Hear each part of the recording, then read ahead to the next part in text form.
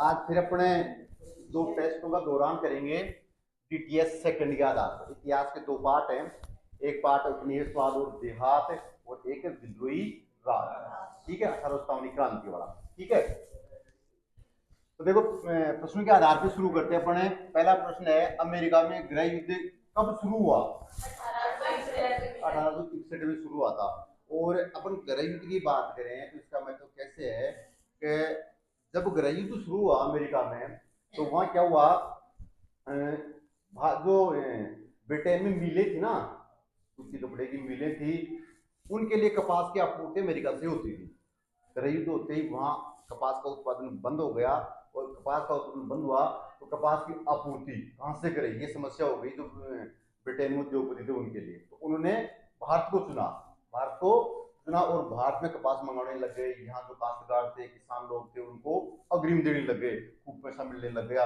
पहले ही मतलब फसल होने से पहले पैसे दे दे भाई, ये पैसा आपका आप कपास बो, और यहाँ कपास की रेटें खूब बढ़ गई और किसानों को बड़ा फायदा होने लग गया। ठीक है, ये तो बात हो गई पहले प्रश्न की। दूसरी बात देखो, साहूकार कौन थे? साहूकार कौन थे? देखो, पैसा उधार देने वाला वर्ग था, वो साथ ही व्यापार भी करता था, व्यापार भी पैसा भी लगाता था। ठीक है, अपन जो इसका जो पार्ट है ना, ये पुलिस स्वाद और देहात है, उसका तीसरा पार्ट है दक्कन दंगा। मतलब दक्षिण भारत में दंगा हुआ था और साहूकारों के गांव जला दिए गए थे, उनके बही खाते, उनका जो रिकॉर्ड था वो जला दिया गया, गांव छोड़ छोड़ के भाग गए साहूकार। तो कारण क्या था, अपने ये पढ़ा कि वहां रेतवाड़ी बंदोबस्त किया गया था। क्या किया गया था? रेतवाड़ी बंदोबस्त। मतलब रेत मतलब किसान, किसानों के साथ सीधा समझौता किया गया था। और उस समझौते में जो लगान की दर थी ना, वो काफी ऊंची थी, काफी ऊंची थी। लगान की दरें ऊंची होने के कारण किसान समय से लगान नहीं चुका पाए। जब उनके पास कुछ भी नहीं बचा, अपनी जरूरतों के लिए किसके पास गए? साहूकार के पास गए। उस साहूकार ने उच्च ब्याज दर लगा के उनको मतलब कर्जदार बना लिया, और उनके हल बैल बिक गए, जमीनें बिक गई, सारी जमीनें गिरवी रख ली। जब साहूकारों ने दोबारा ऋण देने के लिए मना किया, उन्होंने किसानों ने अपने जो ये ऋण पत्र मांगे, जब उन्होंने मना किया तो उन्होंने विद्रोह कर दिया और उनके घर बार जला दिए साहूकार ने। ठीक है, तो ये दूसरा नंबर का प्रश्न हो गया। अब देखो तीसरा नंबर का प्रश्न है, ये देखो तीसरा नंबर का प्रश्न है, जोतदार जमींदारों को किस प्रकार प्रतिरोध करते थे? दो उदाहरण दीजिए।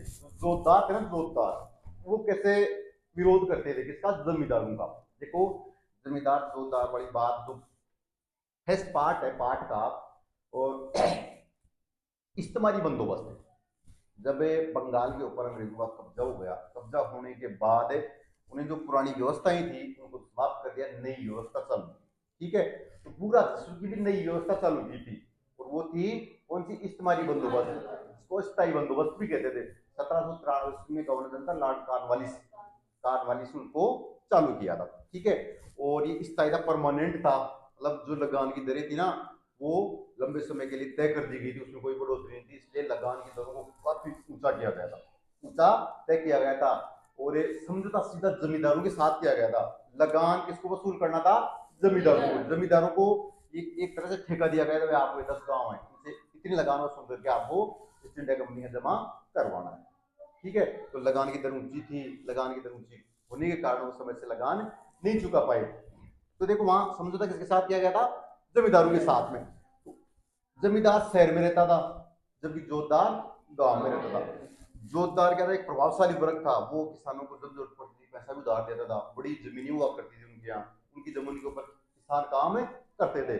ठीक है, तो जब भी जोतदार ये जमींदार के जो अधिकारी लगान लेने के लिए आते थे, उनको लगान लेने से मना करते थे, लगान चुकाने से मना करते थे, साथ ही लगान बढ़ोतरी का विरोध करते थे। लगान जब भी बढ़ोतरी होती थी ना, तो विरोध करते थे। जब जमींदारों की जमींदारियां नीलाम होती थी, तो उस समय ये जोतदार जमींदारियां खरीद लिया करते थे। तो जोतदारों में और जमींदारों में संघर्ष चलता था। जमींदार रहते थे शहर में और जोतदार रहते थे गांव में। ठीक है, तो ये बात हो गई। अब देखो प्रश्न नंबर 4 है, दामिनी को से क्या आशय है? दामिनी को क्या था? मतलब संथालों के लिए एक चिन्हित क्षेत्र था जो अंग्रेजों ने तय किया था, रहने के लिए एक क्षेत्र चिन्हित कर दिया था, उसको दामिनी को कहा गया, दामिनी को। देखो पढ़ते हैं हल और कुदाल, हल और कुदाल पढ़ते हैं ना, मतलब पहाड़िया और संथाल उनके बीच में संघर्ष हुआ था। जो पहाड़िया लोग थे ना, पहाड़िया लोग कुदाल से खेती करते थे। किससे करते थे? कुदाल से खेती करते थे, ऊपर से जमीन को के खेती करते थे, झूम कृषि करते थे, स्थानांतरित कृषि इसको कहते हैं अपन, वो खेती किया करते थे। अंग्रेजों ने क्या किया, जब पहाड़ियों को अपनी जो व्यवस्था थी उसके दायरे में लाने का प्रयास किया, लेकिन वो असफल रहे। पहाड़िया लोगों को अपनी व्यवस्था के दायरे में नहीं ला पाए, क्योंकि वो पहाड़िया लोग कहाँ रहते थे? जंगल में रहते थे। ठीक है, जब भी उनके गांव में अंग्रेज जाते थे, अंग्रेज अधिकारी जाते थे, वो भाग जाते थे, छोटे छोटे गाँव छोटे छोटे ऊपर चले जाते थे पहाड़ियों में। तो उनको परमानेंट बसाने की कोशिश की, लेकिन वो कोशिश उनकी नाकामयाब रह गई। उनके जो मुखिया थे उनको पैसा दिया गया, लेकिन वो भी सफलता नहीं मिली उस काम में उनको।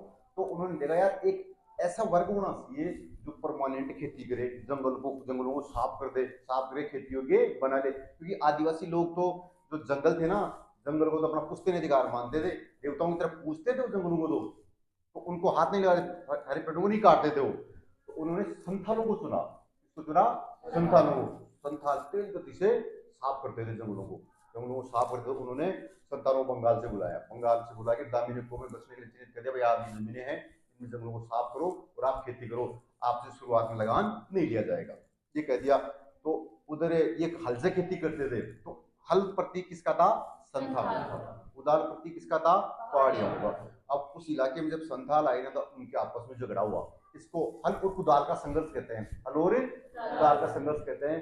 तो फिर भाई संथालों के साथ तो अंग्रेज थे, अंग्रेजों के पास ताकत थी, सेना थी, हथियार थे, बंदूकें थी, ठीक है, तो उनका मुकाबला वो कैसे कर सकते थे? तो बेचारे जो पहाड़ियां थी ना, ऊपर पराजित हो गए, ऊपर पहाड़ी में ऊपर चोटियों के ऊपर जाने के लिए मजबूर हो गए, और वहां जमीनें थी नहीं, जमीन ऊपर नीचे भाई कलेटी में जमीन मिलती है, ऊपर चोटी में जमीन नहीं थी, फिर उनकी हालतें दिन दिन खराब होती चली गई। ठीक है, तो ये याद रखना, दामिनी को से आते हैं। संथाल ये रहने के लिए जो क्षेत्र चिन्हित किया गया था उसको दामिनी को कहा गया। देखो पहाड़िया लोग किस प्रकार की कृषि करते थे? झूम या स्थानांतरित कृषि ना, झूम या स्थानांतरित, ये ध्यान रखना। ठीक है, इस्तमारी बंदोबस्त कब, कहां और किसके द्वारा किया गया? इस्तमारी बंदोबस्त किसके द्वारा किया गया था? लॉर्ड कॉर्नवालिस के द्वारा किया गया था, तो ये भी याद रखो। देखो लॉर्ड कॉर्नवालिस के द्वारा किया गया था, कब किया गया था? 1793